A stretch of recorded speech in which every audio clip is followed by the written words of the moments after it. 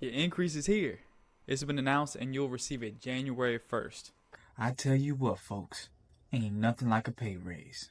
There ain't no better feeling than a pay. There ain't no feeling like a pay raise. Think about it. You didn't have to do anything additional for it. You didn't have to work harder. You didn't have to. You didn't have to make anybody look bad. You didn't have to convince anybody how much you deserve it. You just had to give the VA a bank account that's still active and receive the money. I love it. Anyway, let's get to the content. My content is for folks still in the military and out.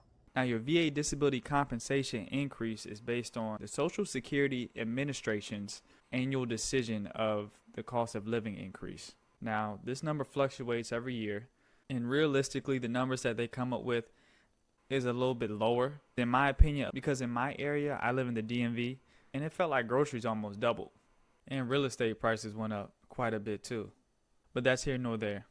Now, the number that was announced is 3.2%. Although it isn't as much as last year, which was 8.7%, what I care more about is that you're maintaining your current rating.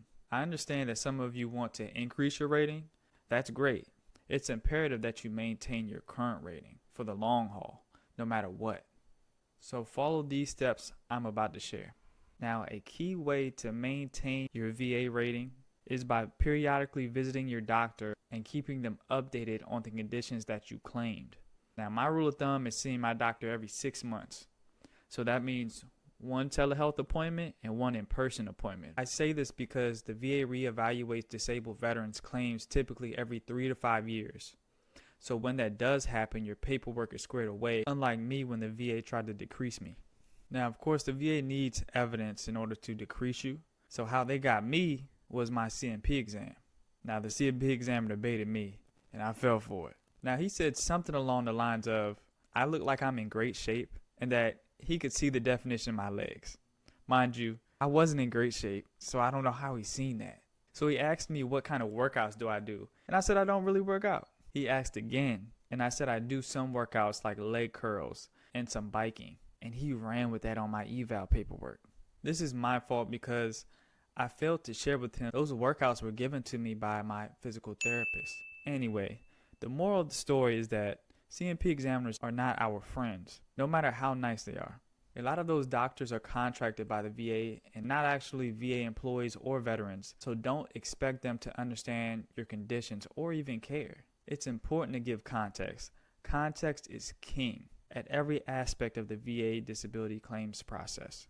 I say this out of experience because I went through a decrease and I could have easily prevented this, such as my knee and back pain. In my initial claim, I shared with my CMP examiner that I did a lot of ruck marches. I explained to the CMP examiner that ruck marches are a big contributor to that pain. Having to wear over a 50-pound rucksack and having to walk several miles and sometimes in rough terrain.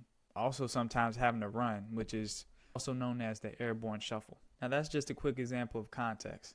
Gladly, I didn't get decreased, but it was a close call. Remember, with these benefits, you have an opportunity to be compensated for the rest of your life, so it's extremely important to maintain them.